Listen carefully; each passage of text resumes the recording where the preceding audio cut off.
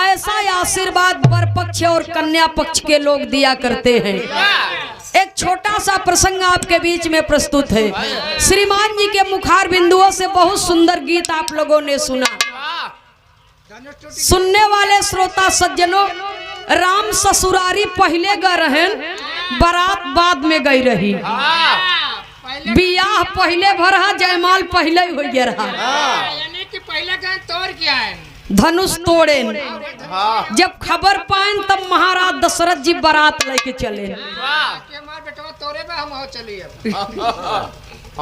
तोरी सूरदास जी तोहरा उतर के एकदम बढ़िया बा भैया हो। कौन आना क्या रहे हैं? जब बारात लेकर के चले तो जनकपुर में जब बारात पहुंचा था तो कवि को संकेत करना पड़ा, कहना है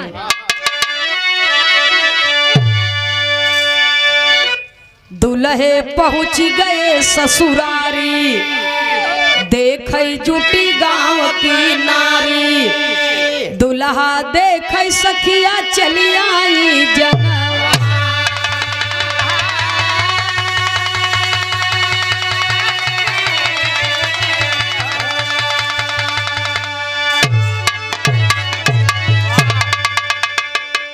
असनवा बैठे दूल्हे रसिया,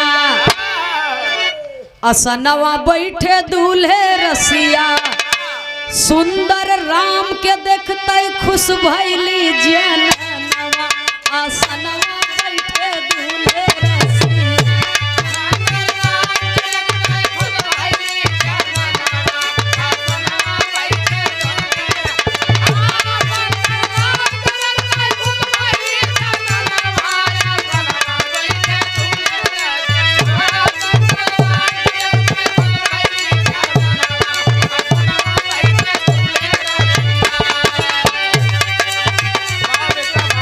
वाह भैया वाह।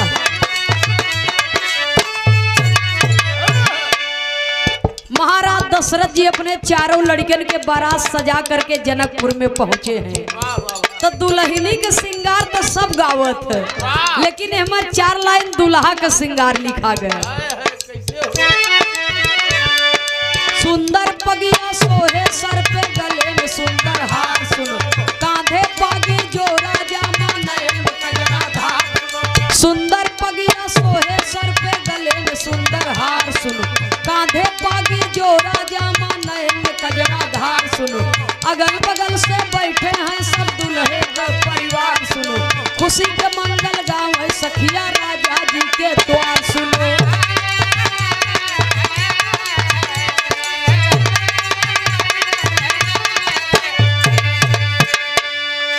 चमकै जनकपुरी में सेहरा, चमकै जनकपुरी में सेहरा,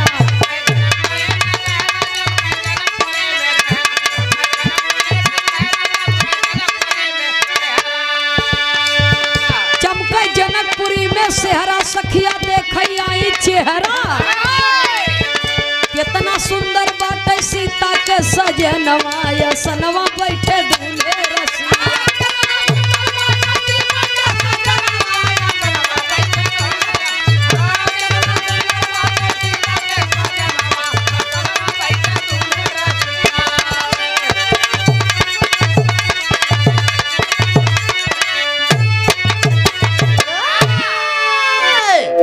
सुनने वाले श्रोता सज्जनों, बारात जब गांव के गोयड़े आई गई तब खबर भेजावा जाता महाराज जनक के। तब कवि को संकेत करना पड़ा,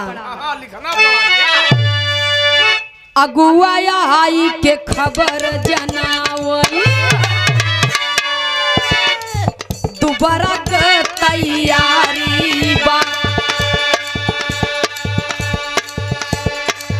ओहर जनक जी चौक पुरावई, मारो सजिए दुआरी बा। सब सखिया मिल बात करन है, अरे राम के चर्चा भारी बा। जितना ही सुंदर राम लगत है, जितना ही सुंदर राम लगत है, उतना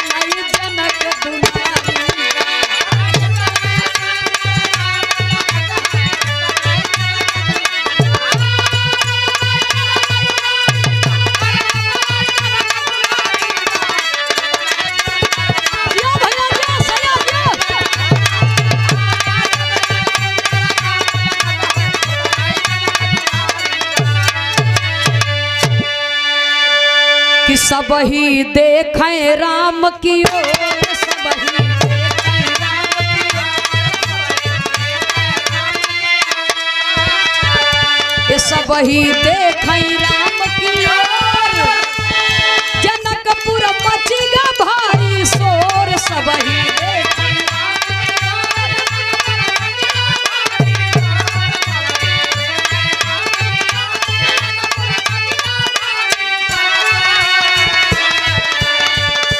भारी भीड़ मची बा जनक के भवनवा, असनवा बैठे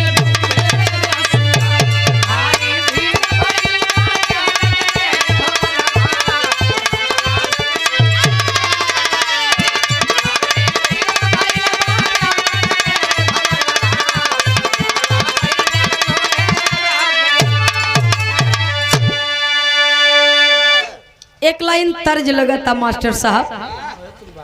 सुनने वाले श्रोता सज्जनों, बड़े प्रेम पूर्वक से दुआर चार लगता और दुआर चार लगत बा तमाम गांव के नगर के मेहरारू जुटी है देखे बदे। तो जैसे आज यहाँ नगरी सजी बा, घर द्वार सजा बा, वैसे ही महाराज जनक के यहाँ सजावट हुई थी बाबूजी। कवि को संकेत करना पड़ा, कहना है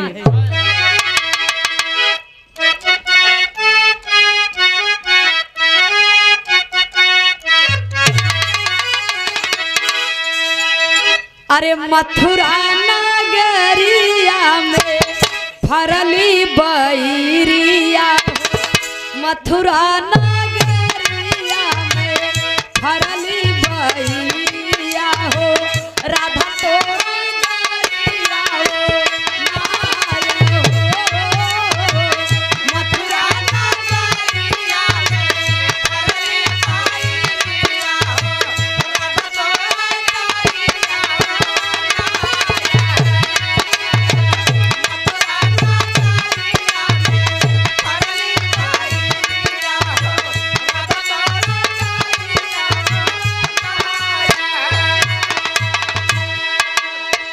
एक बैरिया राधा चिखहु न पवलिन हो, एक बैरिया राधा चिखहु न पवलिन हो, श्याम दिहला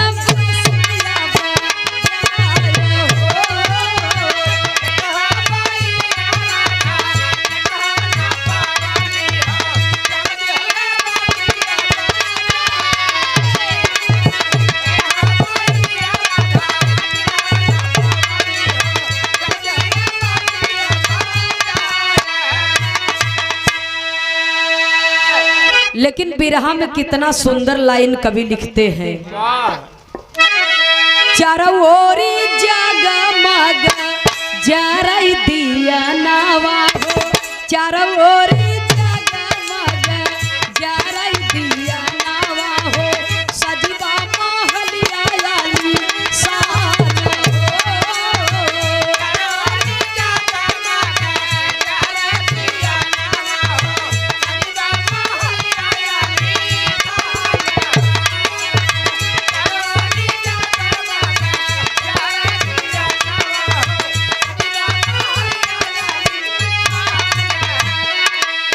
खुशिया के मंगल गावे सब ही गुजरिया हो, खुशिया के मंगल गावे सब ही गुजरिया हो, बिहन के आए भगवान हो।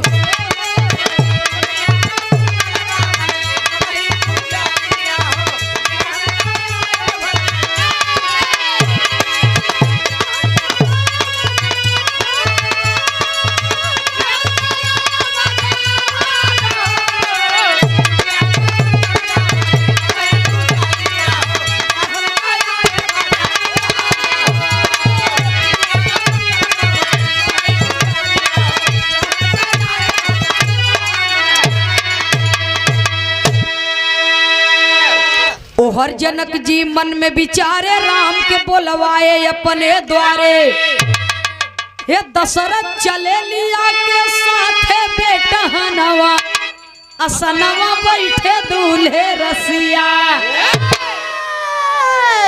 द्वार 4 होता, जल जल पान होता, भोजन संपन्न होता। विवाह के मंडप में जब दुल्हा दुल्ही बैठत हैं तब कवि के लिखे के पड़ा। कहना है बाबूजी,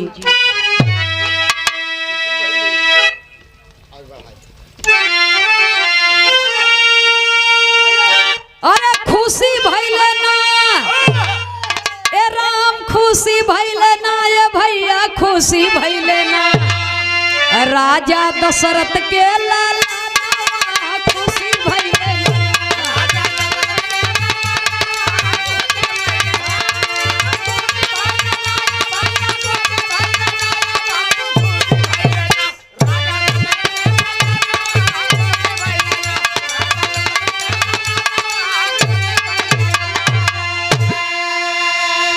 चारों ओरी शोर मचाबा भैया जनक के नगरी। अरे पंडित आए ब्याह कराए, राम संग सीता घूमे भंवरी, खुशी भइले ना सखिए गाँव मंगल गाना, खुशी भइले ना।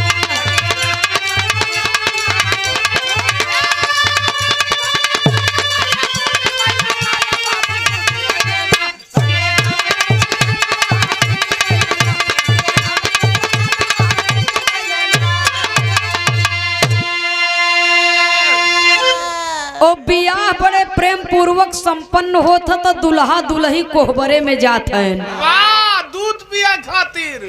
दूध पिए खातिर तो हो रहा। पूछिला सूरदास, तोहरे नहीं तो घर है। दुल्हा दुल्ही कोहबरे में जात हैं। सुनई वाले बाबूजी, तो कोहबर में सखियां मजाक करत हैं। सीता के सहेली राम से मजाक करत है और मजाक करके कहत कहीं कहीं अब की गए कब आइबाए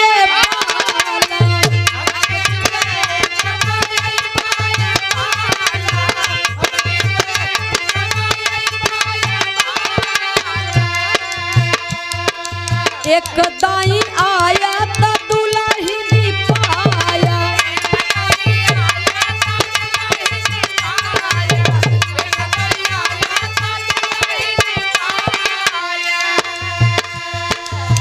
सखिए कहत है एक दाई आया तो दुल्ही पाया।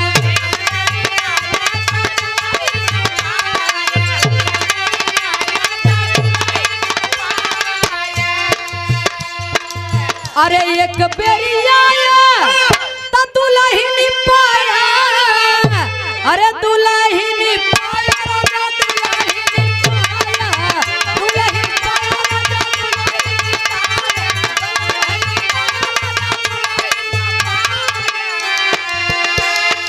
कहाँ एक बेरी आया तो दुल्ही पाया, अरे फिर कब उबा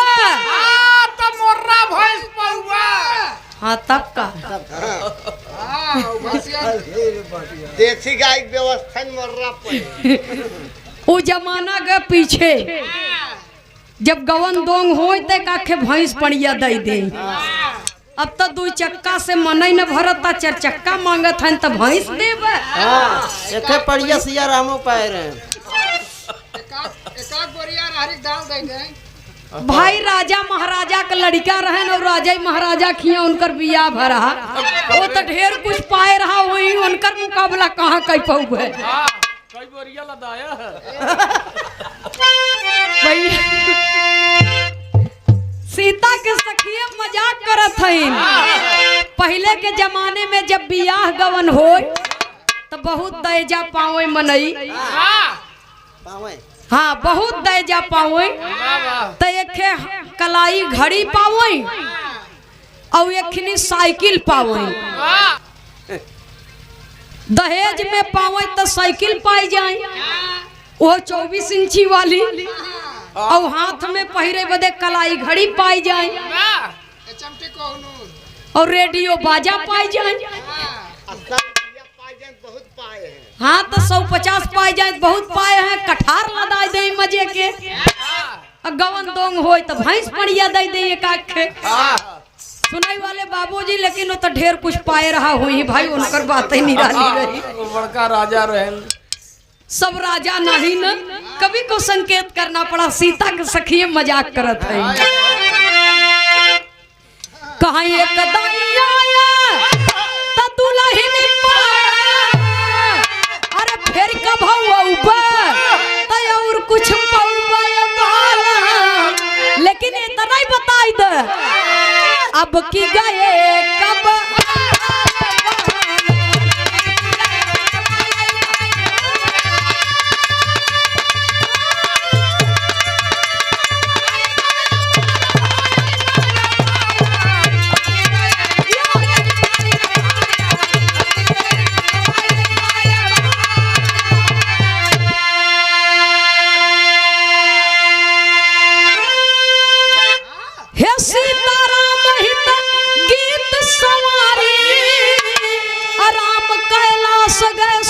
सिधारी असनवा बैठे दूल्हे रसिया, असनवा बैठे दूल्हे रसिया, नंदनी खेमरा चूम भैयन के चरण